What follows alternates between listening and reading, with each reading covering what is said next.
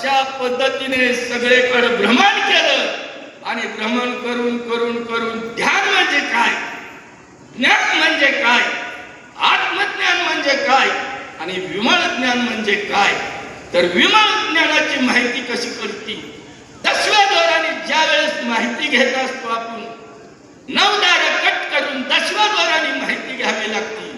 ती माहिती कशी चित्त आणि मन एक झालं पाहिजे.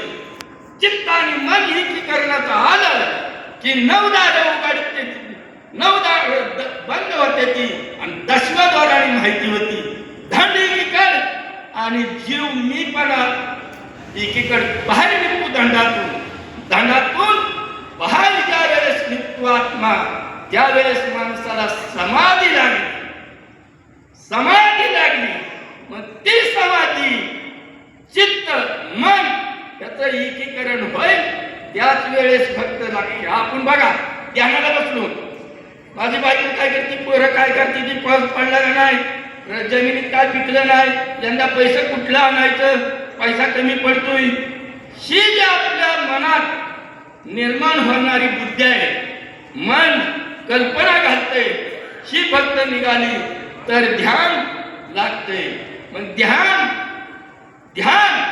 करायचं, पण काय करायचं, कसं करायचं, तर ज्या वेळेस आपण जाग होत असतो त्यावेळेस विकृती आपली एकीकरणात आणायची आणि कल्पनेला बाजूला सारायचं आणि सद्गुरूच्या वचनावर नामस्मरणावर आपण ध्यान द्यायचं. ध्यान दिल्यानंतर ते आपोआप पुढे येते आणि पुढे आल्यानंतर धांडाळेगळं होतं आणि धांडाळेगळं झालं की विमळ ज्ञानाची माहिती मिळते.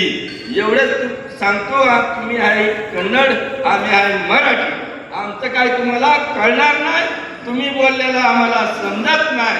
हे कळत होतं फक्त आमच्या गुरुला. दोन्ही भाषा येत होत्या, मराठी यायची आणि कन्नड बी यायची. कन्नडमध्ये अर्ध कीर्तन सांगणार आणि मराठीत अर्ध कीर्तन सांगणार.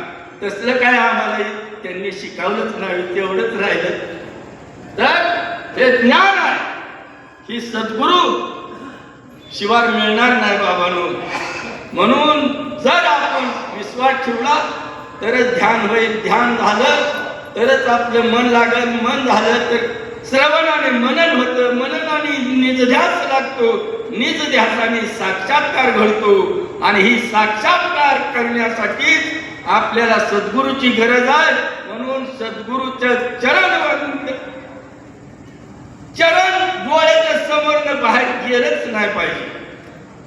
मग असं कोणा डोळं उघडे ठेवलं तरी ती आपल्याला सद्गुरूची मूर्ती दिसली पाहिजे आणि ती जर दिसत असली तर तुम्ही परिपूर्ण परब्रह्म होणार.